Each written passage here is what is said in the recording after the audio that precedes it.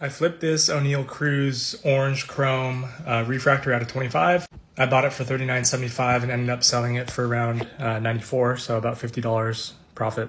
But based on some of the questions I've received and just conversations I've had, I want to talk a bit about what I do with that profit and what I do with my COMC flips.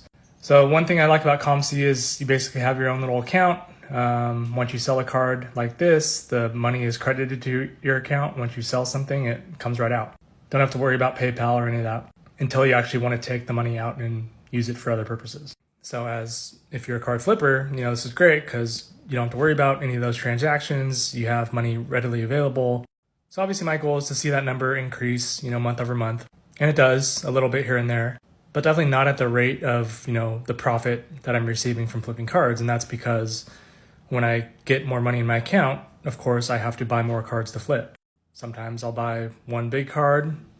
Sometimes I'll just buy a lot of little cards. I don't really determine what I'm going to buy based on a previous flip. Again, it's just all there in my account to use. But in this case, if I have a bigger flip, I'll see it in my mind a little more clearly. I'll get, $50 profit for this, and then how am I going to spend that next $50? And sometimes I have to reload and take some guesses and some risks. And what I mean by that is some flips and cards like this one, I'll buy with the idea that I'm going to sell it pretty quickly or, relatively soon within the same season. Other times I'll have cards that, take Jeremy Pena or Taylor Ward to that extent, where these are cards I bought for, 50 cents to $1, just cheap and in volume, hoping that one day they, blow up. And so then I get profits from those, and then, round and round we go. All this to say, I spent about $40-50 on a single A player, Ruben Ibarra. He's in the red system, single A, big guy, 6'5", 190, I think it said. Anyway, his cards are relatively cheap. He's huge and he mashes. Also a kind of a local connection for me, being he went to San Jose State and a rival high school. That usually doesn't sway my thinking, but that's how I, was first reading up on him.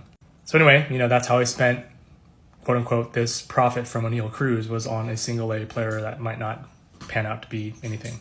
But if he does, I bought a bunch of his refractors and, sapphires, first autos for relatively cheap. So anyway, just to look behind the curtain, obviously it's not always this. Sometimes it's a more established player. Really depends on what's going on and how many cards I've purchased recently. So anyway, this is not a suggestion to go out and buy this player. I mean, you can if you want, but maybe just more along the lines of sometimes you have to find an angle on a player. You get lucky, sometimes you miss, sometimes you win. Who knows?